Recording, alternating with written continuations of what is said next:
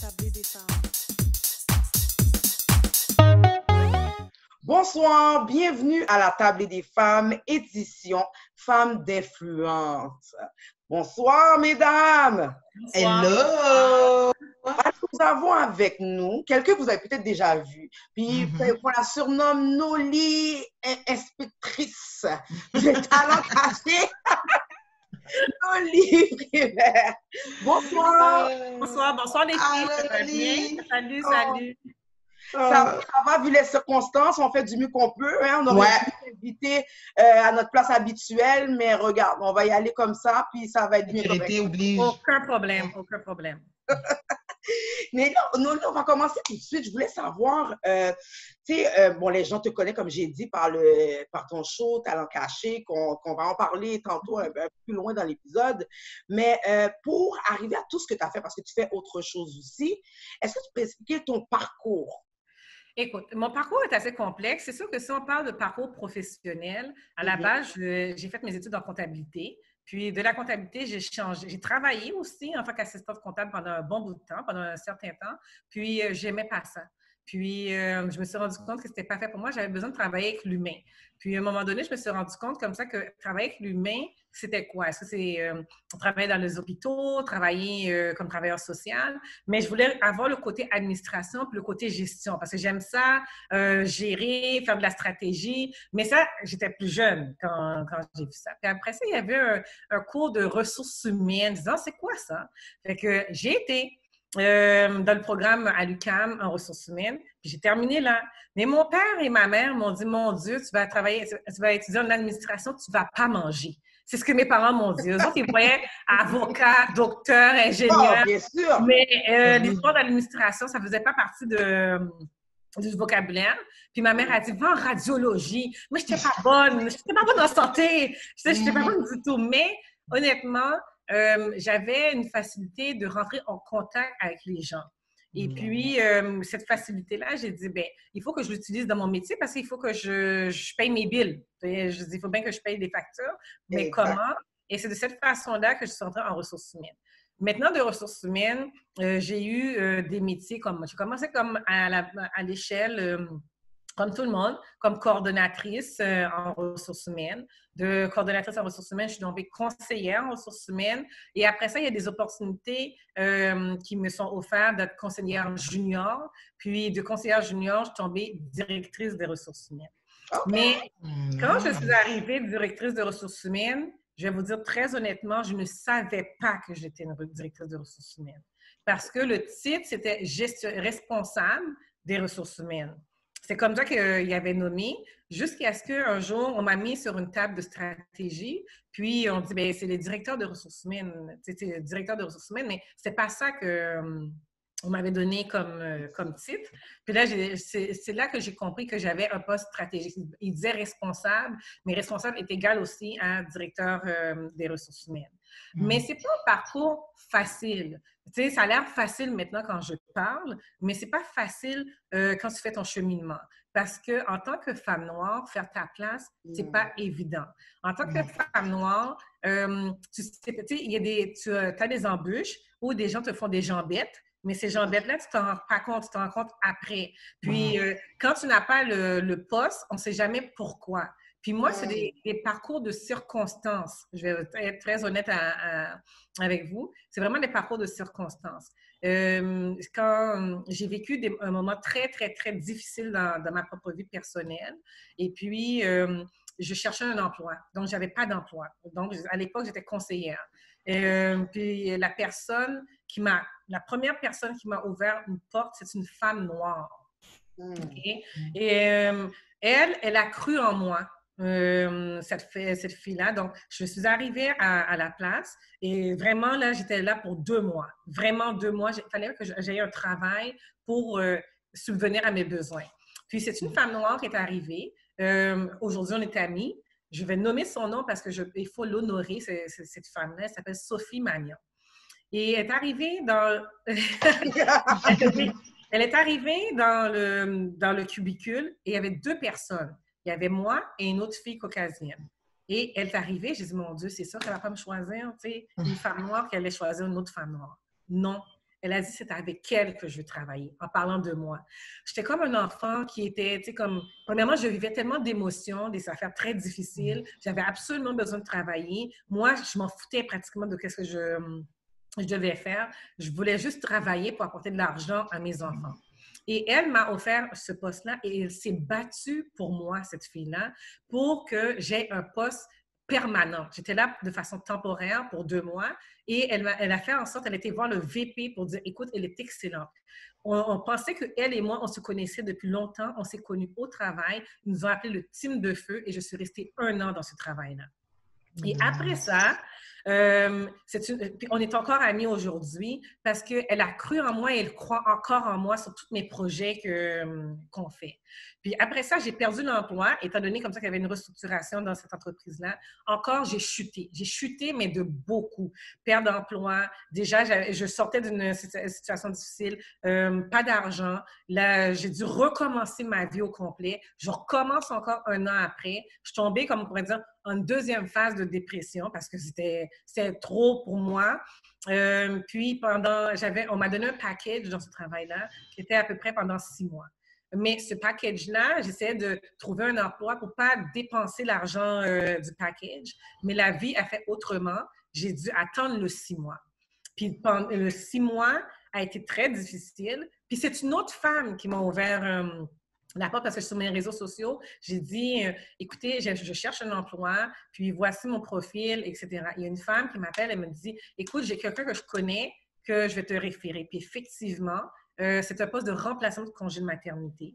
Puis je l'ai pris parce que je me suis dit, écoute, il faut que je nourrisse mes enfants. Dans ma tête, la seule chose que j'avais dans mon esprit, c'est de mettre l'argent sur la table, d'apporter de l'argent dans le foyer pour nourrir mes 2 garçons parce que j'étais seule avec ces 2 enfants-là. Plus, je vivais une situation très difficile au niveau du divorce, mais vraiment pénible.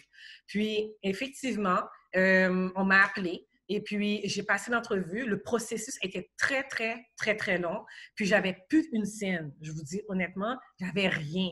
Et la journée où est-ce qu'on m'a appelée, j'ai dit à une de mes amies j'ai dit, écoute, je crois en Dieu. Et j'ai dit à cette fille-là, et Dieu est mieux d'être pas en retard. Parce que là, j'ai pas d'argent. Je te jure, j'ai dit ça comme ça. Elle m'a dit, Dieu n'est jamais en retard. C'est juste une question de timing. Et effectivement, 2 semaines après, j'ai eu un appel. Le poste que était depuis longtemps que je faisais un processus que je n'entendais pas parler, j'ai eu le poste. Et là, j'étais responsable des ressources humaines. J'avais un département sous ma responsabilité, mais je me rendais pas compte parce que dans ma tête, la seule chose que j'avais, c'était mettre l'argent sur la table. Mais pour mettre l'argent sur ma table, il fallait que je fasse plus d'argent. Puis moi, c'était pas le poteau qui m'intéressait, c'était ma tête. C'est la seule chose, c'était la seule arme que j'ai, c'était ma tête. Je me suis dit, comment je vais faire pour avoir plus, puis pouvoir nourrir mes enfants. Et là, quand on m'a donné un poste, on m'a donné un poste avec des responsabilités, avec le salaire qui vient avec. Je me suis dit, mon Dieu, Dieu est grand. Parce qu'il a écouté... Alléluia! Oui, il a écouté mes prières. Et puis, j'ai eu le poste de responsable des ressources humaines. Et là, j'ai eu les filles des contrats, des projets qui n'arrêtaient pas. Mais là, n'oubliez pas, j'étais là pour un remplacement de congé de maternité 1 an. La fille est revenue 1 an après. Puis après ce 1 an-là, elle m'a dit, ils ont dit, mais écoute, Noélie, on veut pas te perdre, on va te mettre sur d'autres projets. On m'a mis sur d'autres projets. Je suis partie en vacances. Écoute, je n'ai même pas postulé parce que je voulais rester dans cet emploi-là. Toutes les conditions étaient parfaites pour moi. Et puis, mais là, mon contrat, tout le projet, tout prenait fin. Puis, je suis partie en vacances et là, je me suis dit, bon, mais écoute, après mes vacances, ben, je prendrai le chômage. Puis, la fille que je remplaçais au congé de maternité a donné sa démission et ils m'ont donné le poste. Yes! J'étais là 3 ans. Et là, c'est là que j'ai accédé à des fonctions, à des stratégies. Je commence à rentrer dans les comités de direction, dans les comités on appelle ça du lobbying, dans des comités d'administration du ministère, du gouvernement. On commence à me faire rentrer dans ces affaires-là. Et c'est vraiment concours de circonstances. En fait, la vie ma vie personnelle m'a amené à avoir faim. Ma faim, c'est seulement ma tête. Puis ma tête m'a dit comment que je vais faire pour en avoir plus. Puis Puis, tu sais, tout simplement parce que je me suis dit, je veux plus. Mais en ayant plus, en même temps, il y avait des gens bêtes, hein, parce que je travaillais, tu sais, je ne savais pas s'il y a des choses qui m'arrivaient, mais, tu sais, dans ma tête, je fonçais. Donc, je travaillais 2 fois plus fort que les autres. Croyez-moi pas, j'apportais du travail à la maison. Je faisais du travail à la maison pour faire des présentations. Écoute, il y a des choses que je ne savais même pas faire. Je demandais comment faire pour y arriver parce que je voulais pas laisser l'argent sur la table. Ma soif était vraiment, je vais dire la vérité, c'est une question d'argent. Mais après ça, j'ai vu que j'avais une position aussi. Et quand j'ai vu que j'avais une position, j'ai dit, il faut que je sois stratégique. Il faut que je pense à pouvoir aider les autres. Et une fois, comme par hasard, j'ai été dans un sorte de salon Black Power, Black Power. En tout cas, c'est Dorothy Rowe qui l'organisait au 3737. Et je me rends là toute seule. Et là, Dorothy, elle vient me voir et me dit, tu fais quoi? Je dis, ben, je suis directrice de ressources humaines. Là, maintenant, je savais que j'avais le site. Je dis, mais tu gères quoi exactement? Je dis, ben, je gère les magasins bétonnels du Québec. Là, elle dit, pardon? Elle dit, on devrait avoir des femmes noires qui parlent. Mais moi, je faisais un travail. Tu sais, je ne voyais pas ça comme que je pouvais aider les autres femmes, exactement. Et c'est à ce moment-là que Dorothy m'a ouvert elle-même des portes. Donc, une autre femme qui m'a ouvert une porte.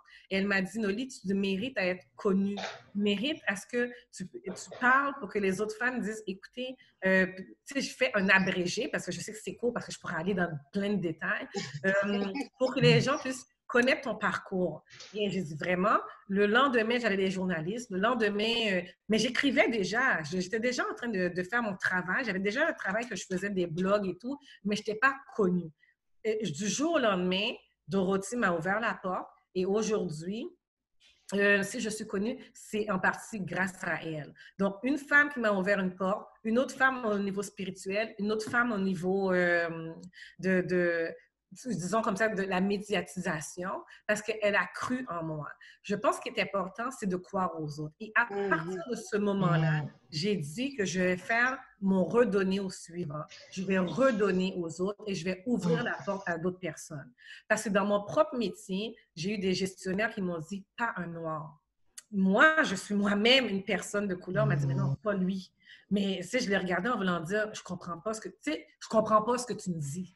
Mais je dis, si j'écoutais ce que le gestionnaire disait, j'allais fermer la porte à mon frère, parce que là, dans ce cas-ci, c'est un homme, mon frère noir. J'ai dit à ce gestionnaire-là, je le prends sous ma responsabilité.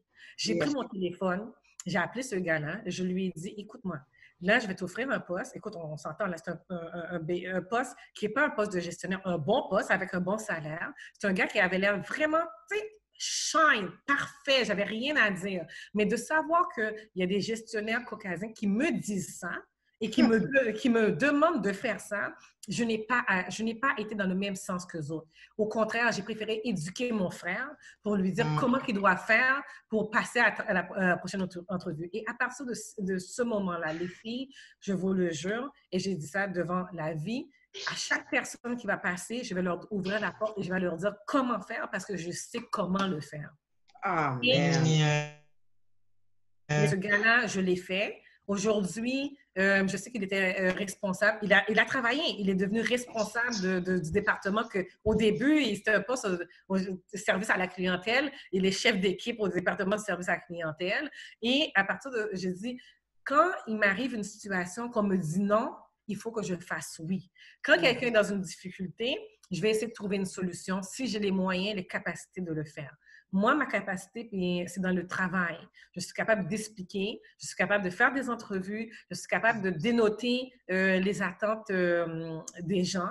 Puis, les gens, quand ils passent en entrevue, sont gênés, ils ne savent pas se vendre, ils ne savent pas comment valoriser leur potentiel, leur talent. Et c'est comme ça que j'ai créé Talent Caché. Talent Caché est tout simplement venu de chez nous, on ne se valorise pas assez.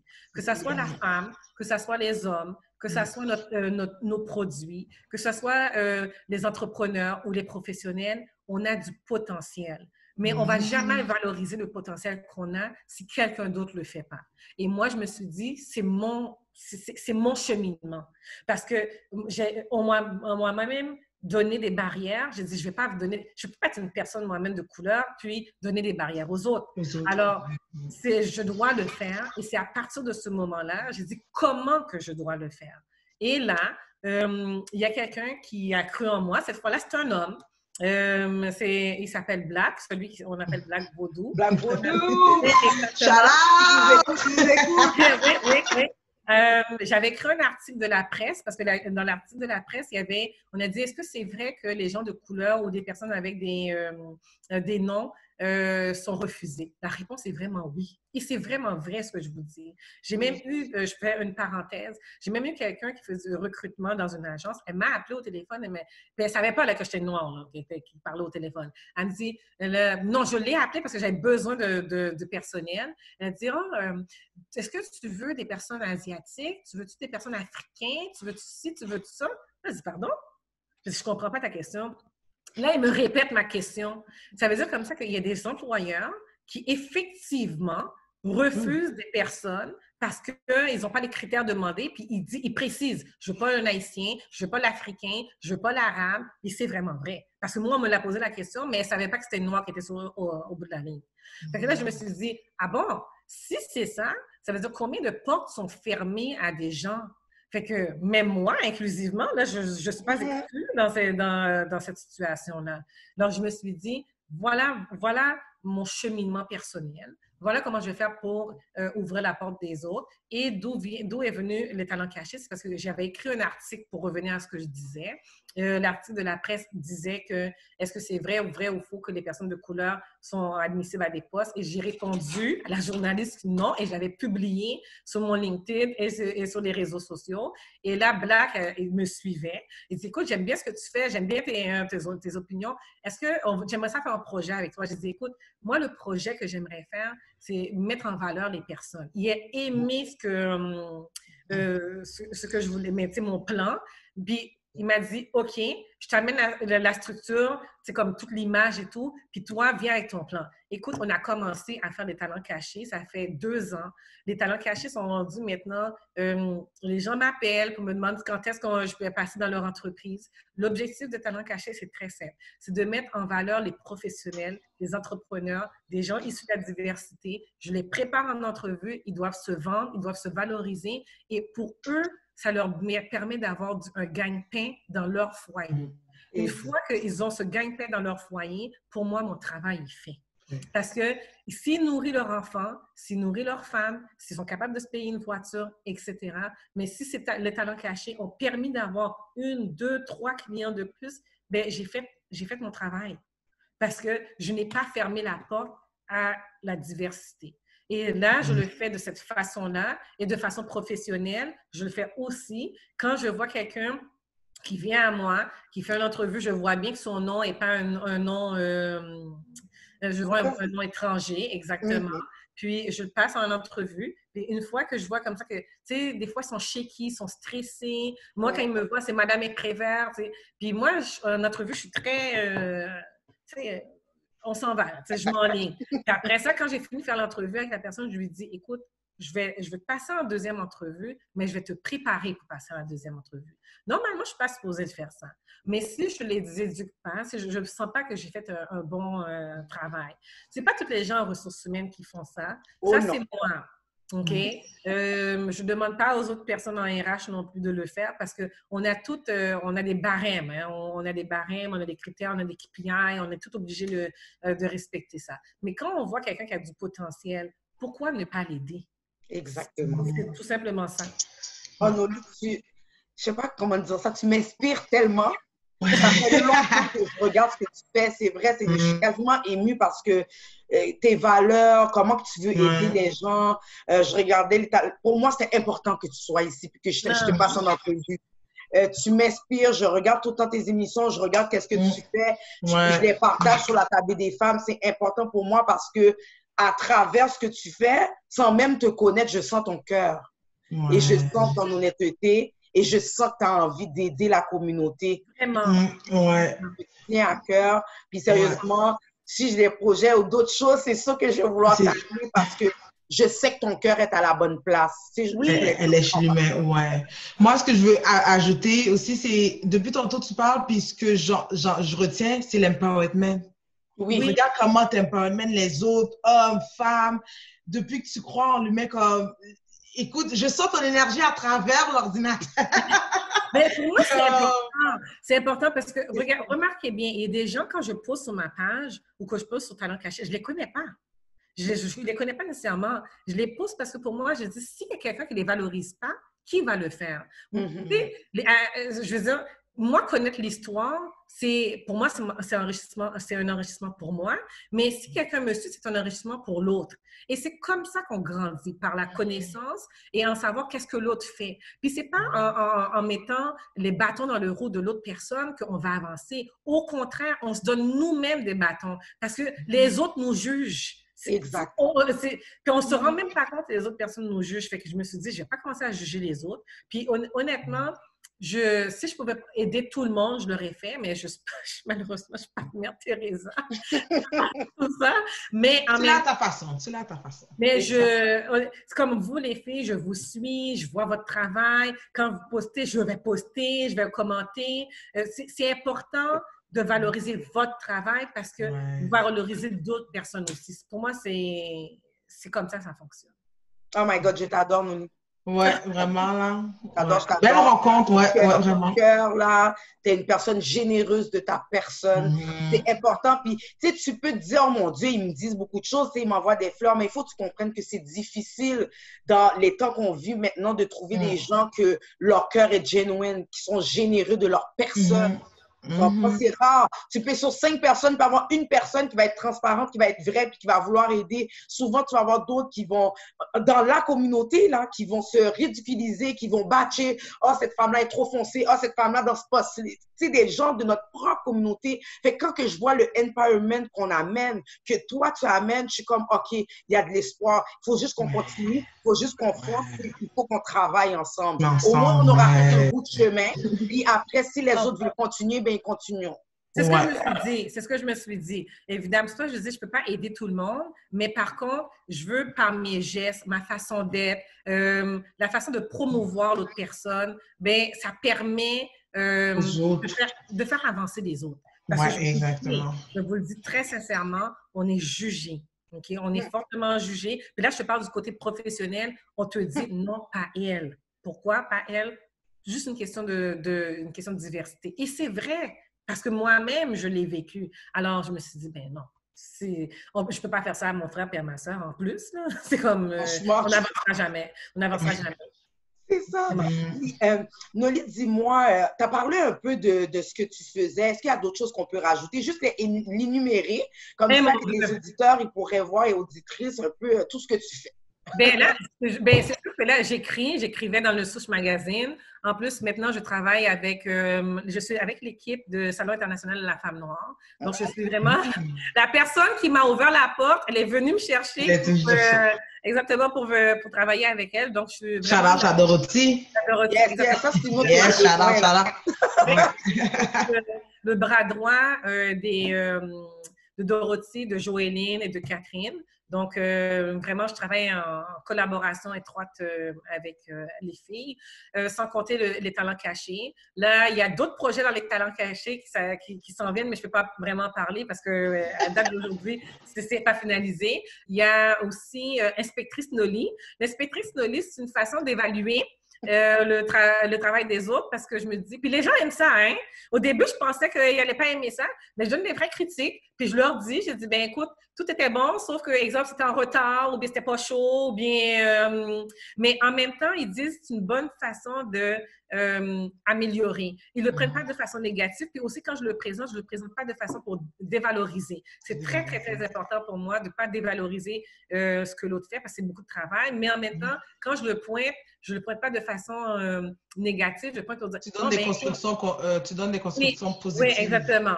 Ouais. C'est sûr et certain qu'avec le confinement, je l'ai fait un peu de façon différente. Le dernier que j'ai fait, c'était le restaurant Orema.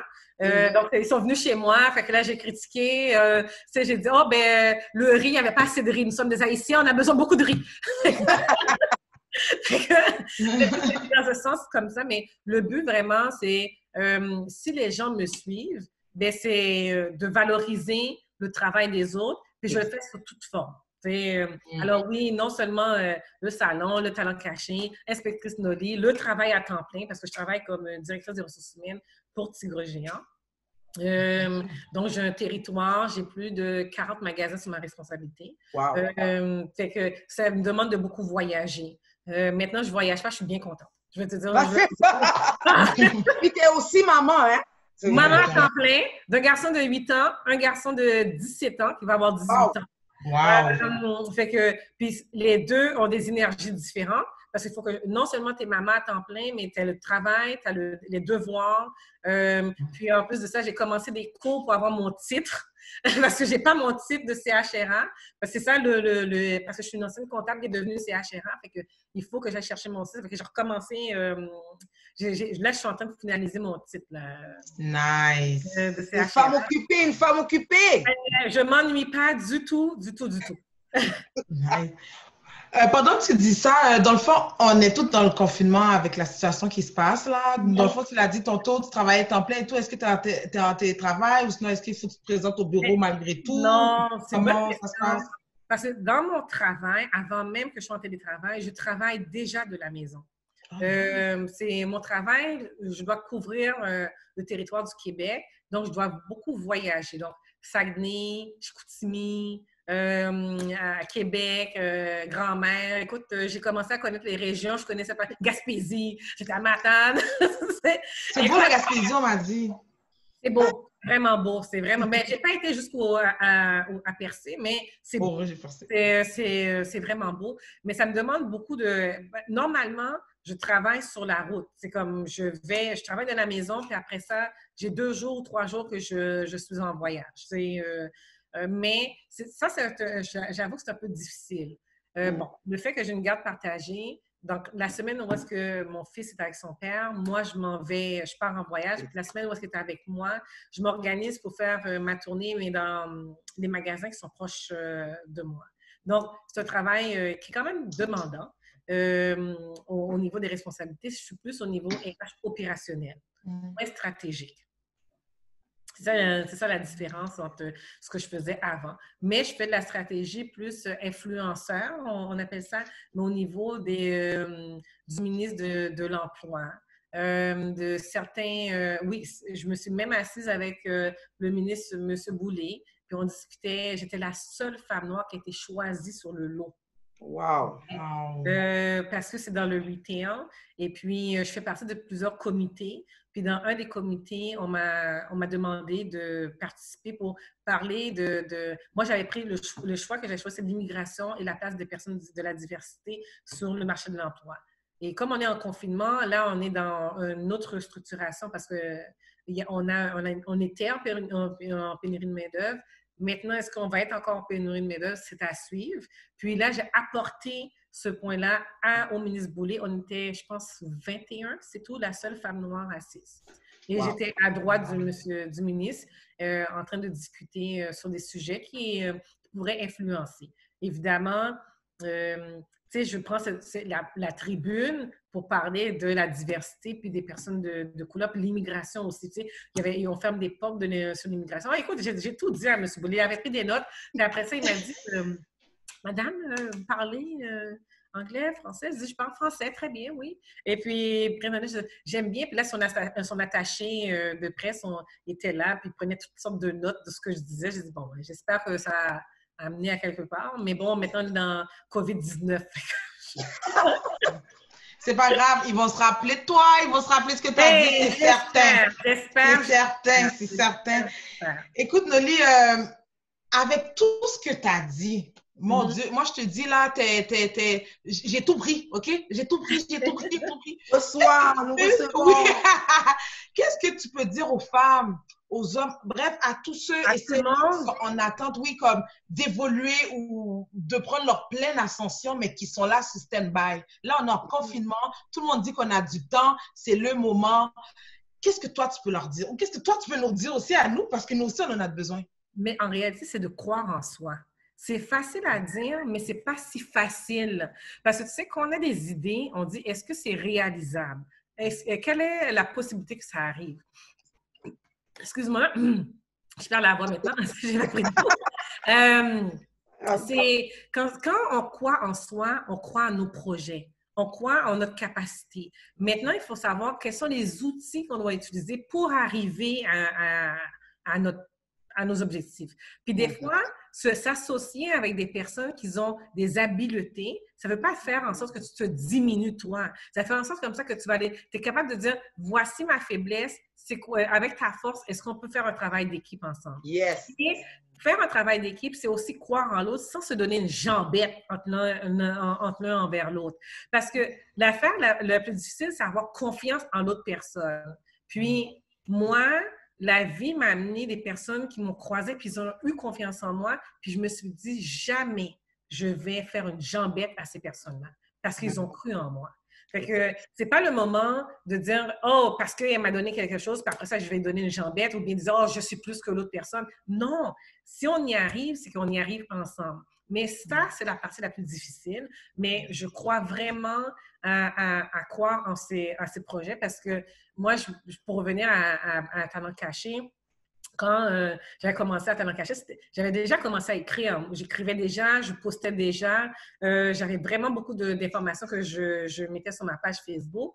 Mais une personne étrangère, parce que Black, on ne s'est jamais connu, on ne se connaissait pas. Et lui, il est venu de ma page Facebook, puis il m'a dit, il croit en moi et je crois en ce que tu fais. Puis aujourd'hui, on est des partenaires d'affaires sur les Talents Cachés. Donc, s'il n'avait pas cru en moi, puis moi, je n'étais pas à l'aise avec la caméra, je n'étais pas à l'aise avec ces affaires-là. Puis il m'a dit, m'amener.